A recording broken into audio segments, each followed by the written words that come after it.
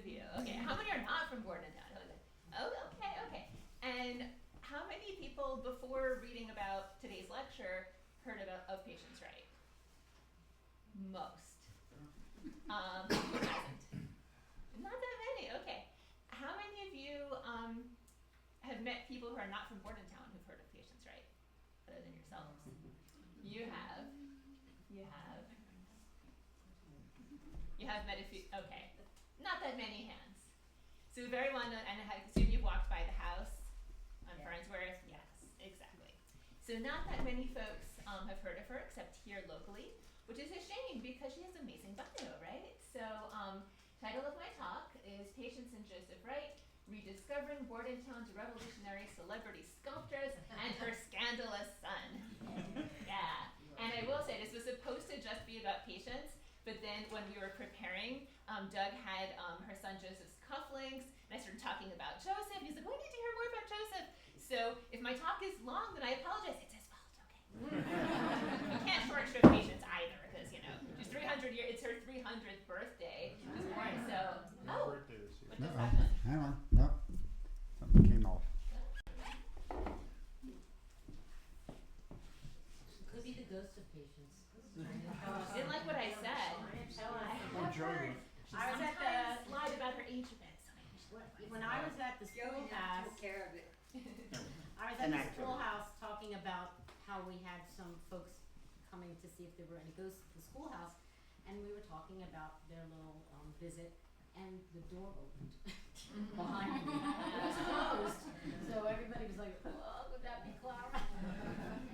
Never know. It could be worse. I worked at several museums, and one of them was Eastern State Penitentiary Historic Site, and somebody was giving a lecture, and a bat flew by, and the speaker was that was the end of the lecture. They never got back to their notes. It was like, So I am not from Bordentown, so how did I even hear of Patience Wright? So I have worked at many historic homes. I specialize in, colonial and revolutionary history from Philadelphia and New Jersey. And I was working in a historic home in Philadelphia called the Physic House, and I learned the people who lived there were friends with the most famous Bordentown residents, who are exactly the Bonapartes, right? That was last month's lecture. So I heard, Joseph Bonaparte lived in Bordentown. I want to go there. I want to learn more. So I come on my own, and somewhere online there's like a self-guided walking tour. And so I started looking through it, and I had just been learning about a lot of really interesting colonial women from this region. And then I see, look, this woman, Patience Wright, never heard of her. And you see here, so Patience Lovell Wright, America's first sculptress, lived here. And then there's the other little sign that makes her sound even more interesting. This is Patience Lovell Wright, American modeler in wax and female spy, and mother of Joseph Wright, who was a painter. And I'm like, oh my goodness, she was doing wax and she was spying in London. I need to know more. So I ordered some books online. And so this is the result. So I hope you enjoy. So we're going to start with a little, I call it Hollywood versus history. Unfortunately, we have some technical issues. So this video only plays on my computer at home. So I apologize. I'm going to have to use my acting skills here, which is very embarrassing, especially because I hear I'm being recorded, which I did not know. But has anybody here seen there was the AMC show Turn? Yeah. Raise hands. Yeah. Several. It's about Washington spy ring. And so, of course, since the show is about spies, and there's all this talk about Patience being a spy, she is a character, sort of somewhat fictionally portrayed, in the show on season 2. And I'm going to tell you this is the clip I was going to show. It's about 1 minute. So, imagine the little 1700s music. And they are going to show the year, which is 1777. So we're right in the middle of the Revolutionary War. And we see King George III, and he is in some very fancy room in his palace, looking very proud. And he's talking about the problems between Britain and the American colonies. And he's comparing Britain and the colonies to a mother bird and the chicks. And he says, Britain is like the mother bird, and the colonies like little chicks in the nest, and they need to stay in their nest, right? The chicks shouldn't fly away and be independent. That would be very bad.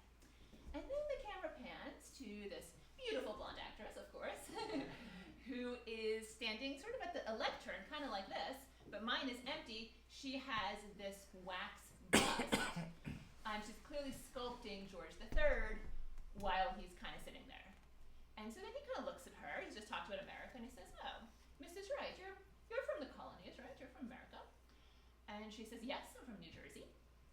And then she says, "And my sister lives in your Pennsylvania, and she's chirping much more happily now since you've beaten back the accursed rebels from her home." So that's all I was going to show. So as you can see from there, Patience is making the king think she's on his side, right? She's not supporting this revolutionaries. She's what won with the king. But then, secretly, she's sending information to America. So that is Hollywood Patience Wright. Now we're going to do versus history. History Patience Wright. The reality. She once had the ear and favor of George III, but lost it by scolding him for sanctioning the American War. Her manners were not those of a courtier. And you can see here, so this scene was set in 1777, the fictionalized scene. This is an actual print of Patience Wright, exactly that year, 1777. So they knew exactly what she looked like because there she is. So just looking at that print, I'm just curious, what is your reaction? Is there any questions that it poses? What would you say about the person who was posing here? She looks Why does she have a bell? She looks well off. She looks well Affluent. off. Affluent, yes. Yeah, this isn't like a starving artist, right? She has some presence, some nice outfit. She's got her bonnet, her hair up. Absolutely. I think I heard a question. Yes. What is she holding in her hand? Exactly. What is she holding in her hands, right? Looks like a bell. Yeah. So it's actually called a Liberty Cap. So it's actually a very revolutionary symbol. It dates all the way back from the Roman times. It was the symbol of the goddess Libertas, the goddess of liberty, and was well known in the 18th century as this symbol of liberty. So if she's posing like this, with this Liberty Cap, in the middle of the Revolutionary War, whose side do you think she's on? Goes without saying. So this kind of Hollywood version of like she's playing along with the king, but she's secretly with America, like, no. She's very loudly with America. And that might be a disappointment in terms of like the whole intrigue of being a spy. But I actually thought it was interesting in terms of taking a lot of guts. I mean, she's there in England, she's there with the court, and she's saying what she believes. So I thought that was interesting, and we're going to go back now to where she's from here in Bordentown and learn a little bit about her background and how she came to be the person that she became. So, Patience was born in Oyster Bay, New York. Parents were Patience Townsend and John Lovell. The Townsends are a very well-known Quaker family in Oyster Bay. You can still go to a historic house from the Townsends. Her father's family more obscure, but he was a very interesting character, so keep him in mind. They moved to Bordentown when she's only 4, so she's going to grow up here. Whole family. And I mentioned the father was a bit unusual, John Lovell. So he was obsessed with this British writer called Thomas Tryon, who wrote a lot of kind of like self-help and advice books. One of the more well-known is this Way to Health and Long Life and Happiness. Ben Franklin was a big fan of his as well and read his stuff. And one of his big things that he was advocating was vegetarianism. He said, don't, yay, okay, got some applause. Applause, yeah. From the vegan. Yeah. So this is this is a bit of the beginning of the vegetarian movement. He says it's actually bad to eat meat for your health, and also it's cruel to animals. He also says you should dress really simply in white clothing. That's because colored dyes were offensive. So he's like, have simple life, not frivolous, be vegetarian, dress in white. This is a little bit weird, right? And this is how he's bringing up his kids. Now, this is not actually a portrait of John Lovell, I should specify. It's a portrait of somebody from the John Woolman, who was a Quaker minister from that time, who also wore white for the same reasons, though he was not vegetarian. I'm trying to get away with it because later on in life, Patience sculpted her father, and people said, he looks a lot like John Woolman. So I figured, find this picture. It'll do. So can I just say that the only reason I'm wearing red instead of white is because I was at the Clara Barton Schoolhouse and Red Cross. So Oh yeah. I'm just Do we have anybody who's compliant? Oh well, okay, later. One person in white. I feel like white though is not any cheaper now than anything else, right? But at that time it was like, oh, color, extravagance. So you imagine this bunch of kids. Yeah, they're growing up here in Bordentown. They have this farm, but they're kind of not like everyone else. Their dad's super weird. They're dressing funny. They're eating funny. So they kind of are a lot together. And here we have the genius of his 10 children. 10 children. By the way, 9 girls and 1 boy. So you can kind of see what was dominating there. They expressed juice from the herbs and flowers of their garden and extracted gums from the trees of the forest, and with these they made colors. So they just get obsessed with art. I don't know why. Why did they start writing novels? I don't know. But this is what they got into. And you imagine these kids a little bit isolated, a whole bunch of siblings. They get really close. They start pushing each other. And Patience and several of the girls really get into drawing and then taking clay and modeling little figurines. And it's like this childhood passion that she has and several of her siblings have. They're all kind of like added together. So, passion for art.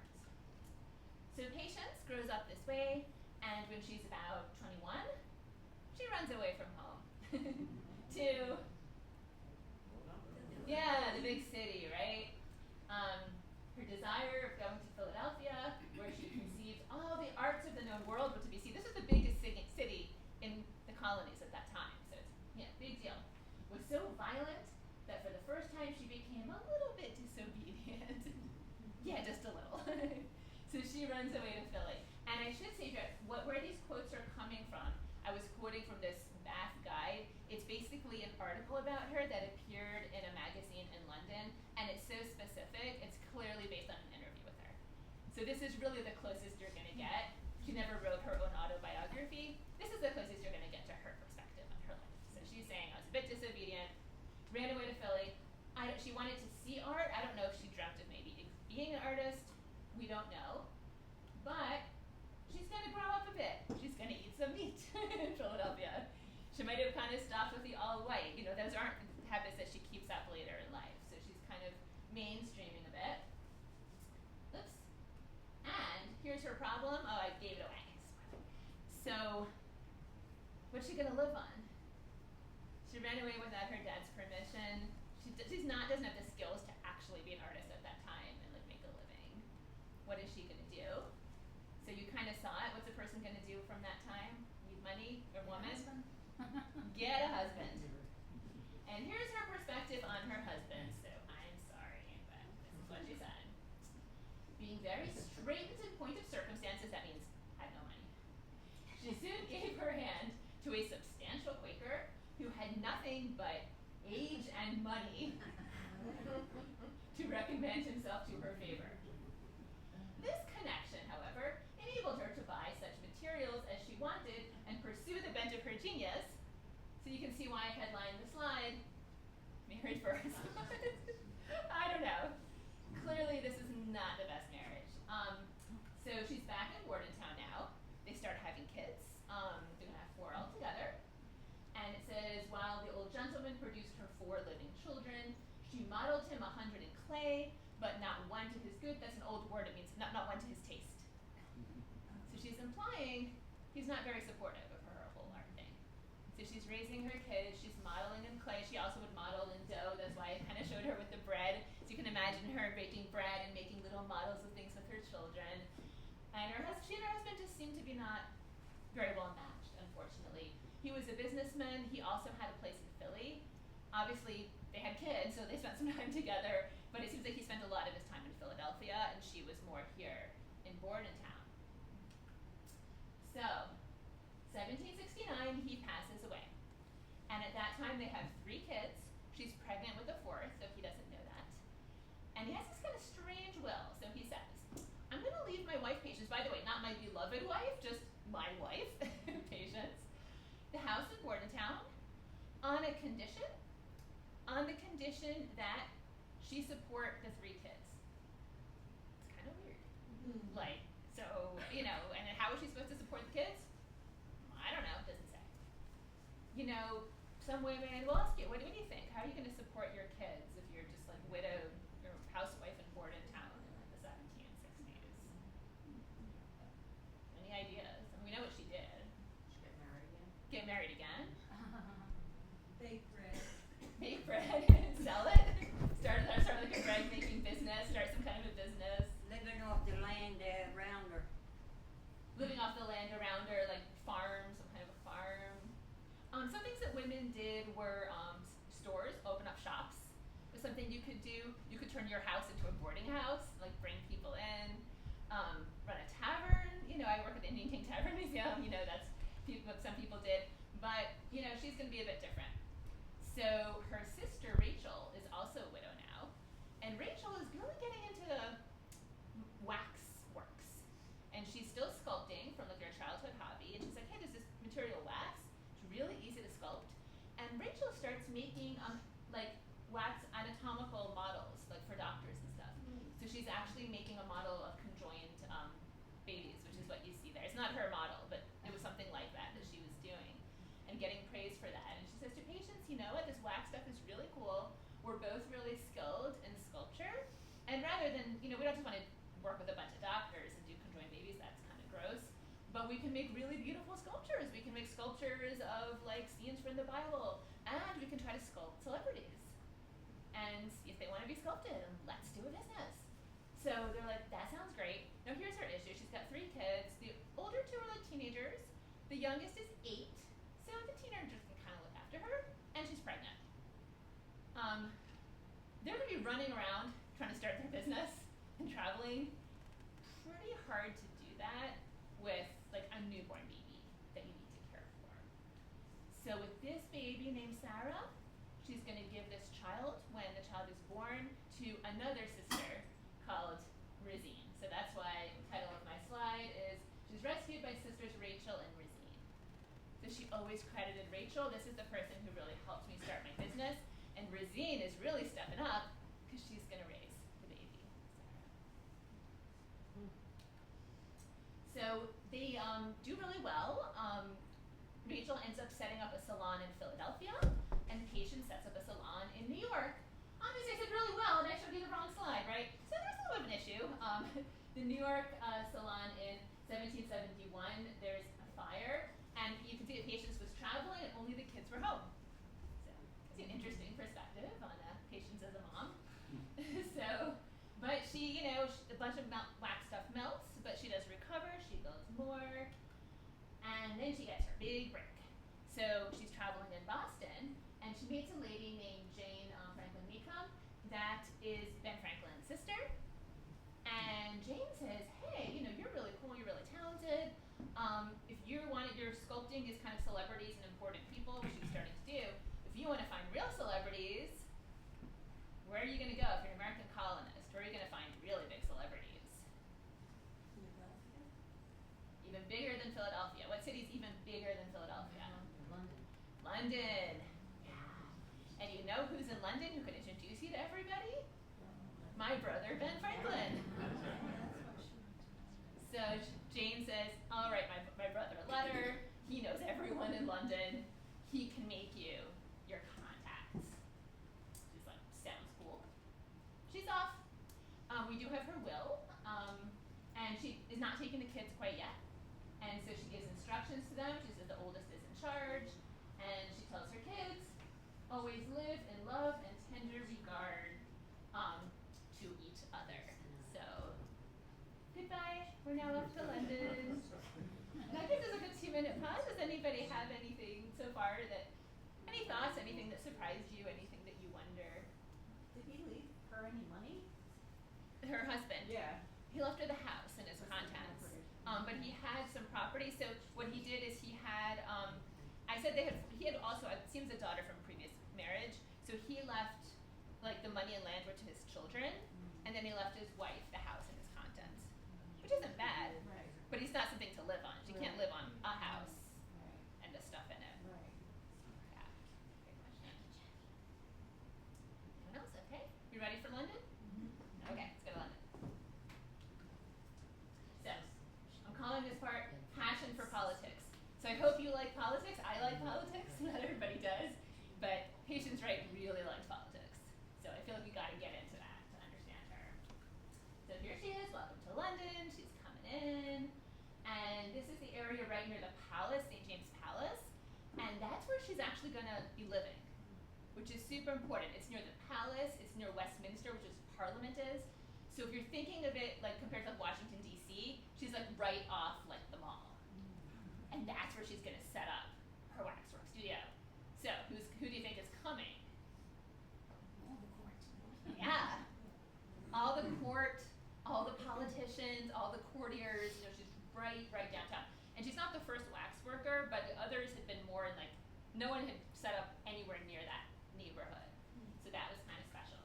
So here she comes, and the newspapers are, you know, talking about her arrival. The ingenious Mrs. Wright of New York, who is remarkable for expressing the exact likeness of the human face and the passions of the soul in waxwork, is arrived in London. Yay! And we have here a nice illustration of her at work. And it's sort of accurate, sort of not. So this is her. It's a little confusing, right? This is her. This is not a person. Okay? Looks like one. Right, exactly, which is kind of the whole joke, right? This is made of wax, and she's working on it. What she actually did a lot of the time is especially if she was sculpting somebody, she wore aprons when she was working, and wax needs to be warm so you can really manipulate it. She'd often be working with the head under the apron. So she'd kind of be sitting there, and she's like under the apron, and you're posing, and she's kind of chatting with you, and she's kind of using the body heat from her thighs to keep it all warm. And then she'll once in a while be like, da-da, there you are. And of course, like I said, all these politicians, so they're starting to talk about what's going on in the country, right? Oh God, just like everything's terrible, right? Like, tell me the latest. So she gets really into that. And she meets people from all sides of the political aisle, you know, all different parts of the spectrum. But specifically, I did want to point out two of them to kind of show where she gets a bit, I think we still use that word today, radicalized. So some of the people she meets are pretty radical. And can you guess from the images, who might be a bit radical? Mr. Liberty Cat. Yeah, Mr. Liberty Cat. So kind of gives it away. John Wilkes. He's a major radical. He's actually been imprisoned for a while for writing things against the king. So they're hanging out.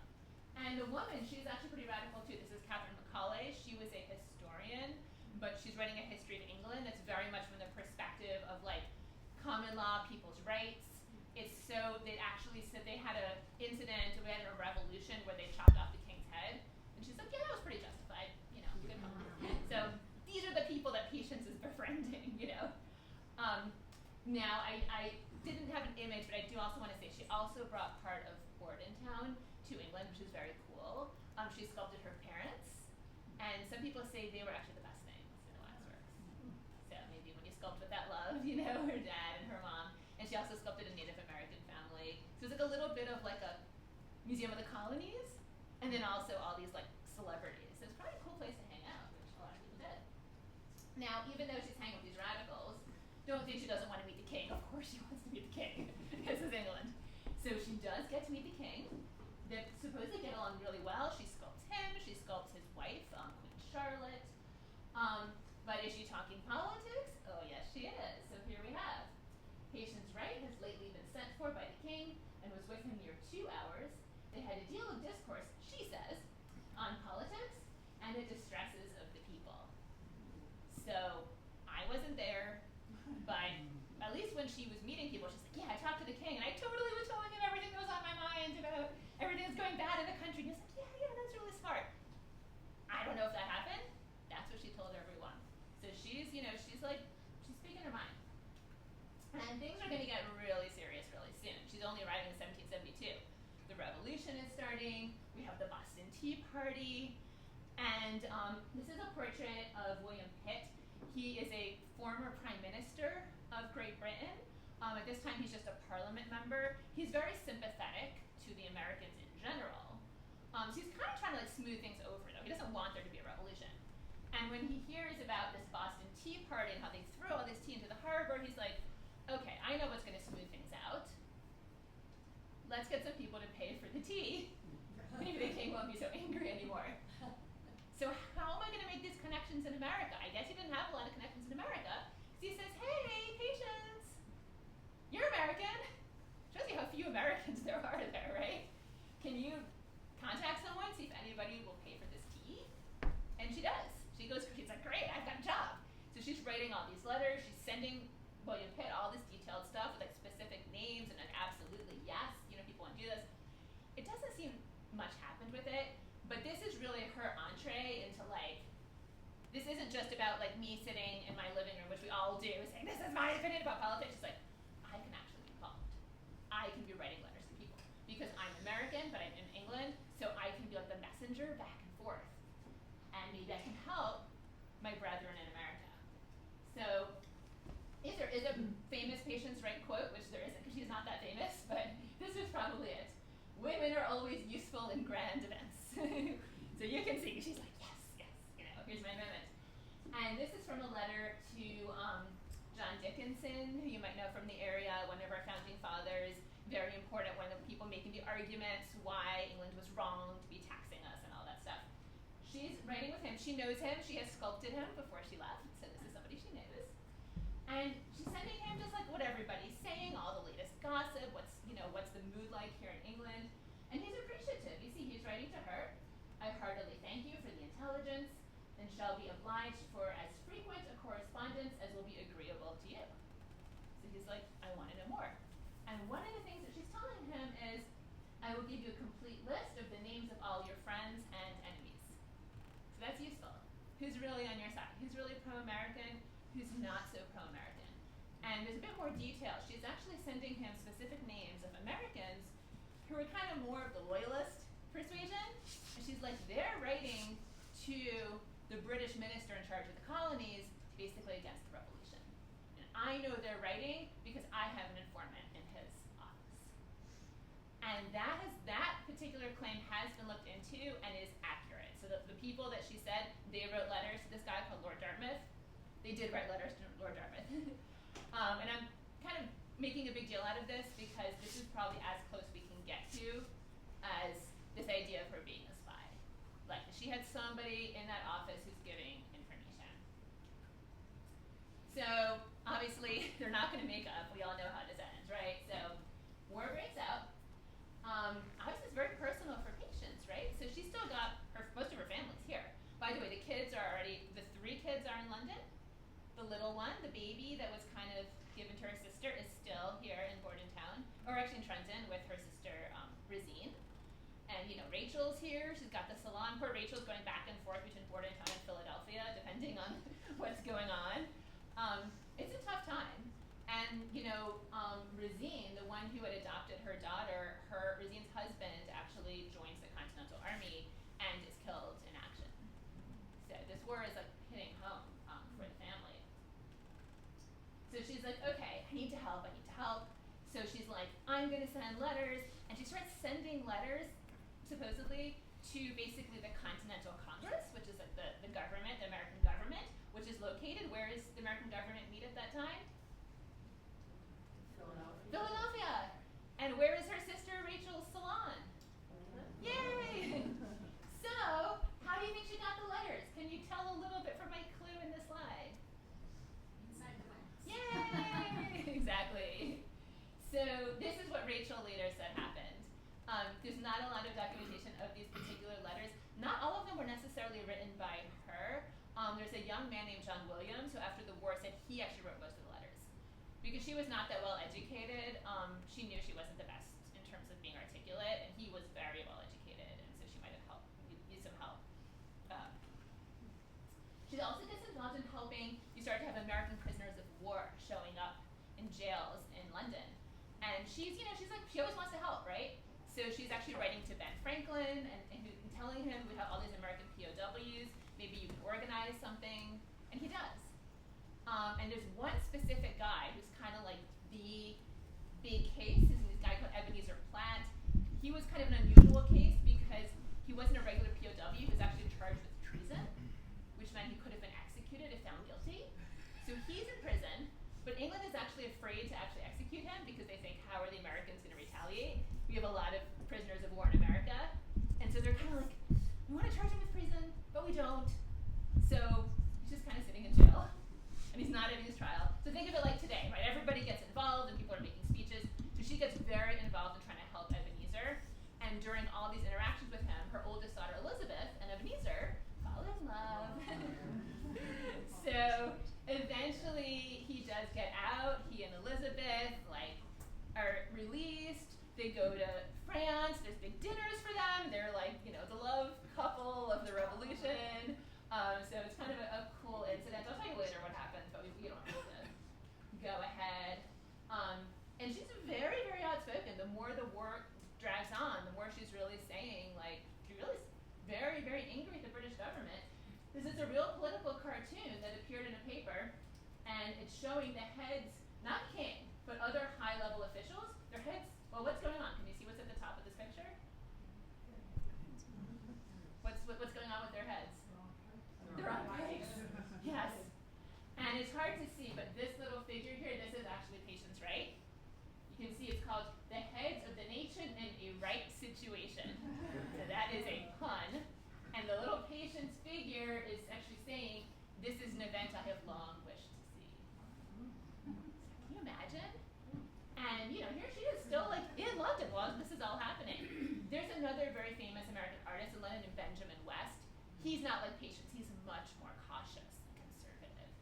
And he's saying, Mr. West advised her to be more cautious of what she said, as petticoats would not protect her. So he's like, oh my goodness, you're going to get in trouble. We'll see.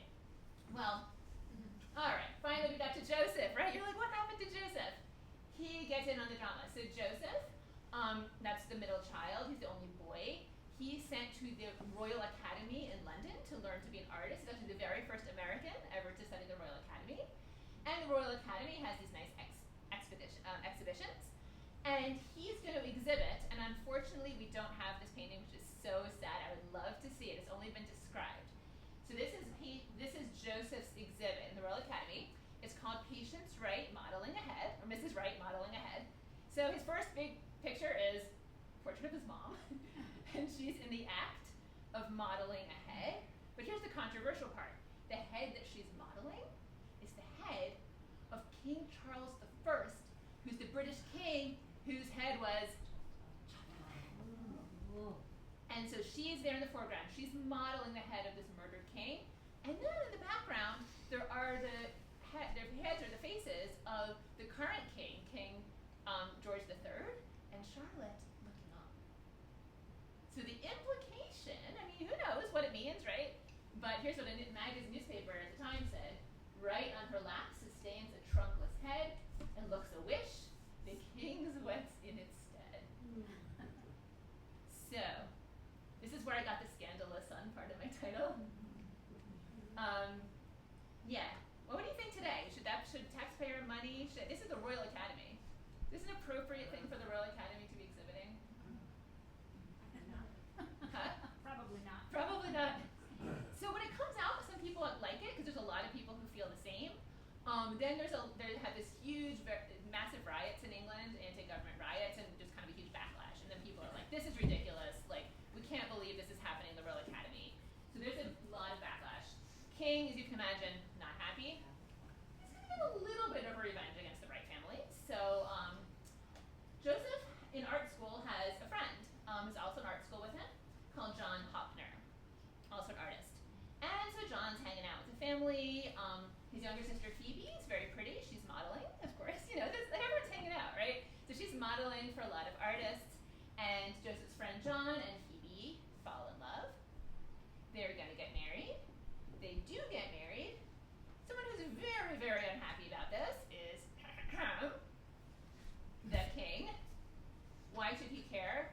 Because Hopner actually grew up. Hopner is the son of a lady-in-waiting in the king's court. Hopner grew up in the palace. Hopner was educated by the king's personal librarian.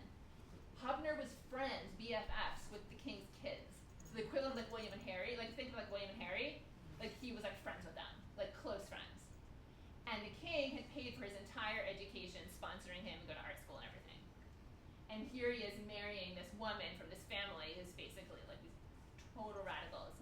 So King George is like, there goes your allowance, Mr. Hopner. Not so different from today, right? So he is cast off. He was angry about that the rest of his life, let me tell you, and his kids as well. So he has no money now, so they're gonna go live at Patience's house. So maybe she wants to give them some privacy. Also, the politics are getting a bit crazy, but she's gonna go away for a bit and take a trip. So she's going to Paris. She's going to meet her friend Franklin. She's going to make a wax bust of him. There's a crazy situation where she's actually almost arrested because she makes a bust and then she covers it up with cloth. And she's on her way home to her hotel from where he's staying. And where he's staying is kind of a suburb. It's not officially Paris. So there's customs people. So she's coming home at night. It's dark. And customs people are like, can we see what you're carrying? And she's like, no. She's very confused. And then finally they open it and it's dark and they look.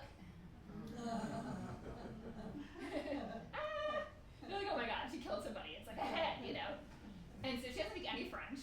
And she just keeps on like giving the name of her hotel like over and over. Like, Hotel New York, Hotel New York.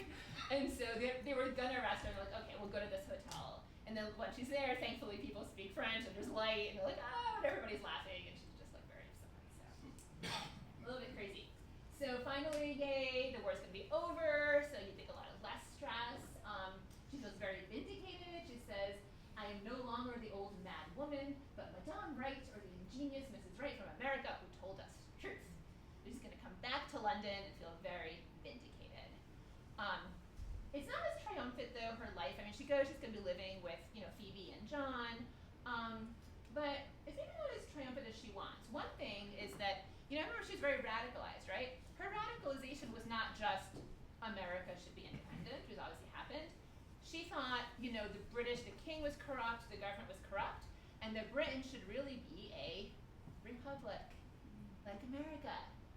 And, what's the spark to make that happen? Ben Franklin. She thinks he's going to come to England and basically have a revolution there. And she keeps on writing him letters saying, you should do this, and he's not going to do that. So here she's kind of expressing her disappointment. With the pleasing prospect of peace, I expected to see you arrive in London with public entry and all my romantic ideas fulfilled this winter. Not going to happen. Now she's like, I no longer prophesy, but only say time will bring my romantic ideas around.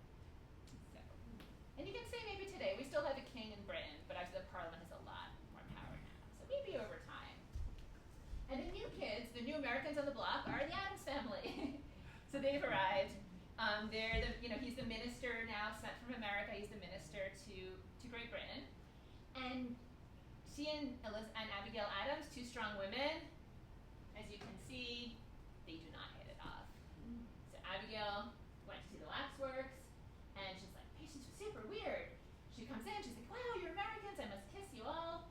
Having passed the ceremony on me and Abby, that's their daughter, she runs to the gentleman.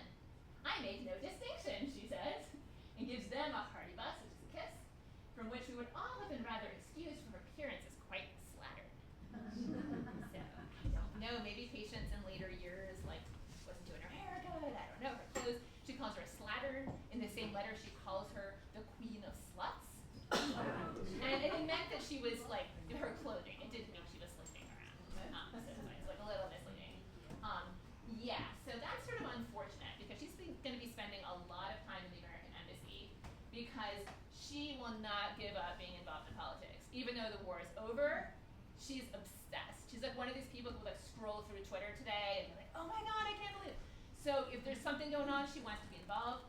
This is about Ireland. There's some tension with Ireland. They want more independence in Ireland. They want rights to trade freely with America. So she's running into the embassy saying, I need to talk to Mr. Adams. I got these letters. And people from Ireland are sending her letters. She's like, I got these letters from the people in Ireland, and we need to be involved in this free trade issue. And as Abigail Jr., there's no such thing as getting rid of her. So Abigail didn't like her. She had to spend a lot of hours drinking tea with Patience Wright. Eventually she was relieved because poor Patience did pass away not that many years after. She fell, it was unexpected. She went to visit the embassy, and on her way home she fell and had a fall and maybe broke something, and there was an infection, and she died. And we got that immediate news from Abigail Jr. because they're right there. She's writing to our future President John Quincy Adams. This evening, poor Mrs. Wright died. Her zeal, I believe, for America more charitable. I was gonna say, compared to what she said about her before, it was like a little more charitable, right? So, RIP Patience. I do want to say, especially since we're in Bordentown, she was thinking about coming home. She'd written letters to her sister Rachel about coming home. Rachel was trying to write to different patriots about, she kind of thought she was getting old. Rachel was actually writing about if she can get any land to be buried in here in New Jersey or the area. And she was writing to George Washington as well. And Washington wrote her back a very nice letter saying, I'd be really honored to meet you. Like, I hear really great things. But, it was, obviously she passed away before she was able to accomplish that. And we've got, so our last segment, I'm going to show you a little bit of her artwork. I'm going to talk about a little bit about Joseph and his painting career. Any couple questions or comments? Can you put back a slide that had her portrait that was done by another artist, Pine or something was the artist? Yes. I just want to see her slattern look. Absolutely, because that's really from the period. Like, that's why that portrait is there. It's 82, so it's just the time that Abigail met her. Do you think it's slatternly? She doesn't look as polished as Abigail Adams. Yeah. I mean, you can see it's kind of like, you see the other one, she's got this kind of nice bonnet and this nice coat, and here it's more flowy. It kind of gives you this idea of like, Yeah, it's like a little too casual. and she was, no matter what talk I give, I can't say everything, but she kind of had this aura. She mentioned prophesying, right? So she almost is having this aura, like, I'm a prophet. I'm almost like this, extra paranormal being, So she might have been cultivating that a little bit.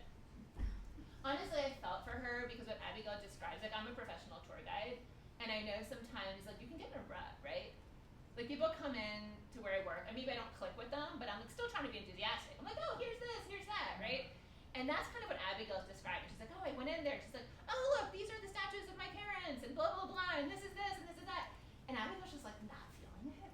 And I'm thinking, this has been 10 years. She's been telling the same stories. Oh, look over here, this is that statue. I can see how that happens, right? If you're not vibing, you can kind of just get off on the wrong foot, so more patience. Joella, I have a question. Yeah. Why did the British not throw her into prison? Yeah, that's a great question. I know, because West, right, is like... pretty mouthy and out there. She was really mouthy. I mean, it's funny, I gave a presentation years ago, and my mom was actually like on like a Zoom thing, and after we hung up, I'm like, hey Mom, what do you think of the presentation? And that quote, she's like, I think her petticoats protected her. I don't know that they were really throwing people in for words. I think they did need some kind of action. One thing that was, and later one of her obituaries said that some of the American POWs who were escaping prison, that she took them in. If she'd been caught doing something like that, maybe, but that wasn't actually documented. And honestly, everybody knew her. Like, it was kind of like, she's also kind of like the local crank, like your crazy uncle, female version. They all knew her, all the politicians knew her, and they knew like she was a nice person. She was just very opinionated. After the war, she actually was advocating for loyalists. So she wasn't like vindictive, even though she was very much a patriot. When the war was over, she's like, these people, like, I disagree with them, but she's like, they were loyal to their king. Why did they deserve to lose all their property and everything? So she was saying that they should be paid back. And Ben Franklin's son was a loyalist, and that like split up their relationship. And Patience didn't feel that way. So like Ben Franklin's son came to London, and she was spending time with him, and she's writing to Ben. She's like, oh, I just saw your son, and like we were chatting, and he looks a bit tired. He's been through so much. So she's writing this really compassionate way. Like, she didn't quite understand that even that was breaking up their father-son relationship. Like, that didn't really compute for her. So she was kind of weird, but she definitely had like a heart of gold, and I think people kind of knew that too. Okay. But I wondered that myself as well. All right, so legacies. I should say what her dream was for her artistic legacy. It didn't happen, but I'll tell you what it was. So what she wanted to do is do a bunch of busts of like our major founding fathers, and she basically wanted them exhibited in Independence Hall to honor them and to honor her, and so that people would know, like, hey, women do stuff too. So her vision is like people would be going to Independence Hall and see these busts and say, oh wow, these are by a woman artist. How cool. That didn't happen. And there's not very much left because wax is so breakable. I mentioned that bust of Franklin. So that was actually purchased by a guy from New York, and it was brought to New York, and he actually got one of Franklin's, donated his actual suit. so that it was all like set up. And the suit survived, but the head broke at some point. So that's the thing. It's just really hard for that stuff to survive. Here's like a little kind of silhouette of Washington that's attributed to her. There's a couple other, not silhouette, it's like a profile, wax profile. There's a couple wax profiles that are right there on the table that are actually owned by the Bordentonian Historical Society. So as soon as I'm done, you will get a chance to see some real Patience Wright wax portraits.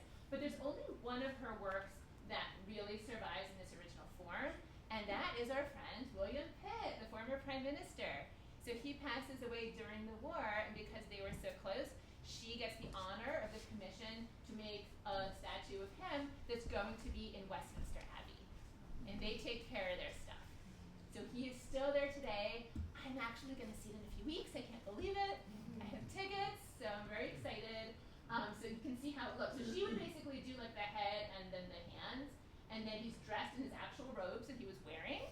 And then some of the clothing is also made by her daughter Phoebe. And they've actually done some testing on it to kind of see the intricacy. I'm told it was so detailed that the hands have like tiny little hairs, like how men might have a little bit of like hair. So it's very fine detail, the work that she was doing. And that's the one that can still be seen. And I wonder how it looks in person versus like the photos on the screen. So, her daughter Elizabeth, we left Elizabeth in love, right, with her POW boyfriend or husband going off to back to America.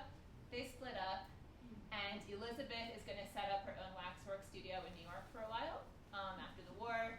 So she's kind of carrying on her mother's legacy, but she dies pretty young. So that's sort of short-lived, but that's her. And then Joseph. So Joseph came to see her in Paris. He hangs out with Franklin. He makes friends with Franklin's grandson. And then he goes back to America, and he gets a great commission, which is the U.S. Congress has this idea after the war that they want an equestrian statue of George Washington. And he's going to be riding a horse. It's going to be amazing. And obviously nobody in America knows how to do this. So it has to be done in France, but they don't know what George Washington looks like.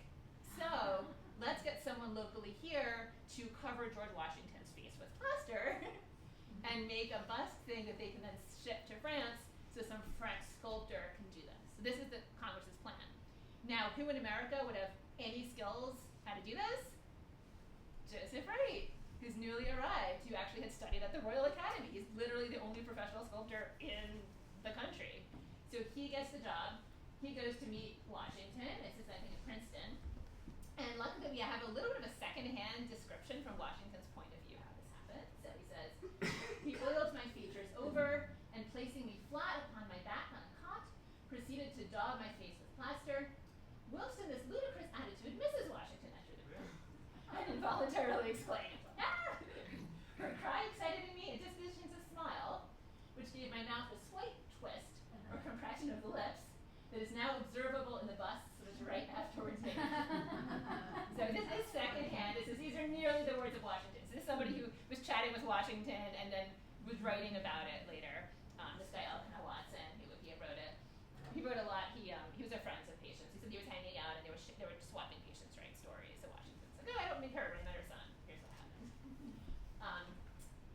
So he also painted George Washington at the same time, and this is his painting, 1783. And George Washington, there's a long detailed letter with George Washington. This guy called Comte de Solms wants a portrait of Washington, and Washington's like, well, maybe you should ask this guy, Joseph Wright, to do it, because by common consensus, what he did was a better likeness of me than any other painter has done. And here's Washington, the art critic. His forte seems to be in giving the distinguishing characteristics with more boldness than delicacy. That's Washington's opinion. And I'm contrasting it. So here's another portrait of Washington by Charles Wilson Peale. And I'm contrasting these particular paintings because there's a whole other letter there by Thomas Jefferson, again, and he's actually contrasting these two paintings of Washington. And he says Peale's is better coloring and better painted, but yeah, Wright's is more like the general.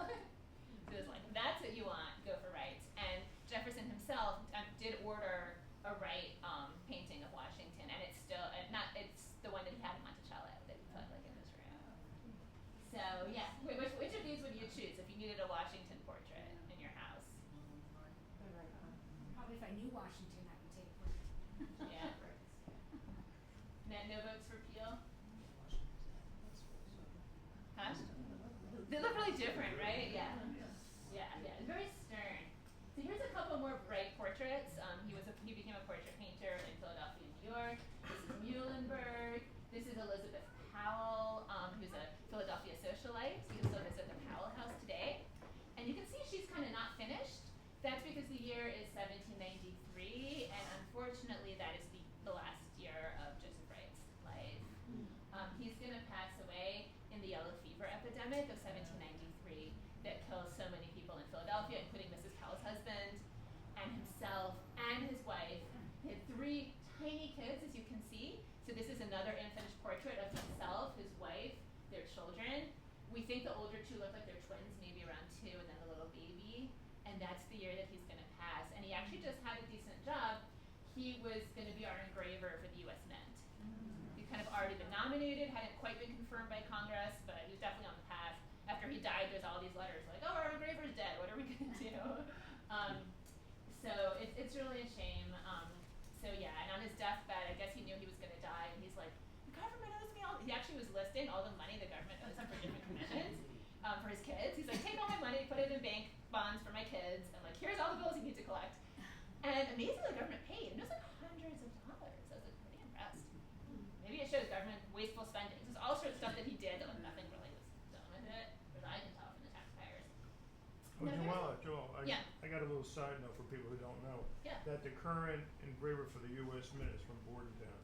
Oh wow! So it if comes you ever full see circle. some of the bicentennial, not the bicentennial, but the ones they did on national parks a few years ago, if you check in the front, there's a little JM. Yeah, JM, Joe Mena. He's the one who did those. So it's pretty interesting. That's very cool. Full circle. Full circle Yep. tradition. He commutes there every day Yeah. to Philadelphia.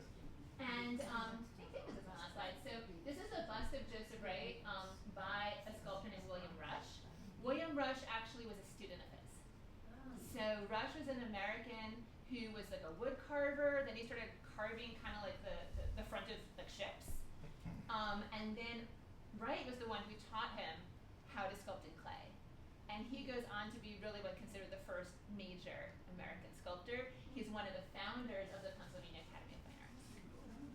So you can kind of almost see this line when you think, right, you've got Patience, and then her son kind of carrying on the artistic tradition, and then his student is founding the Pennsylvania Academy of Arts. So you can kind of see a bit of her legacy.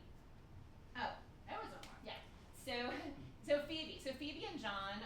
John is doing well in his business.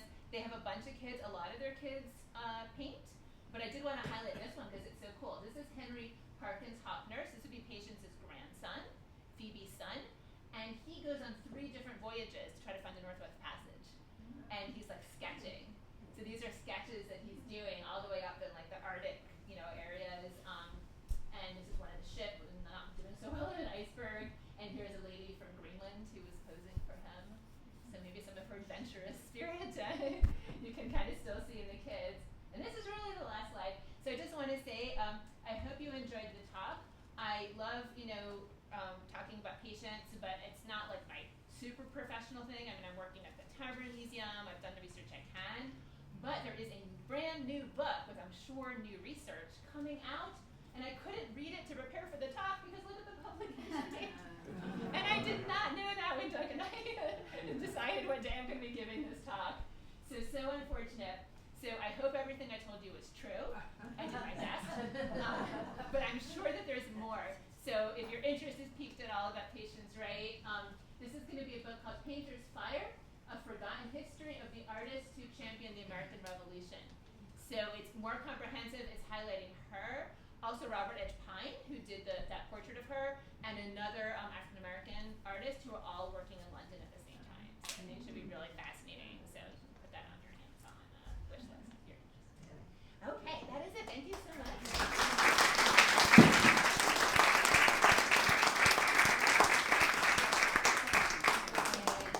Are there any questions while we're all still together? Yes. Did Patience only work in wax, or did she ever dabble in clay, or you said her son did some clay? Yeah, really she was a wax worker. I mean, maybe a little bit here and there. There was something I saw in France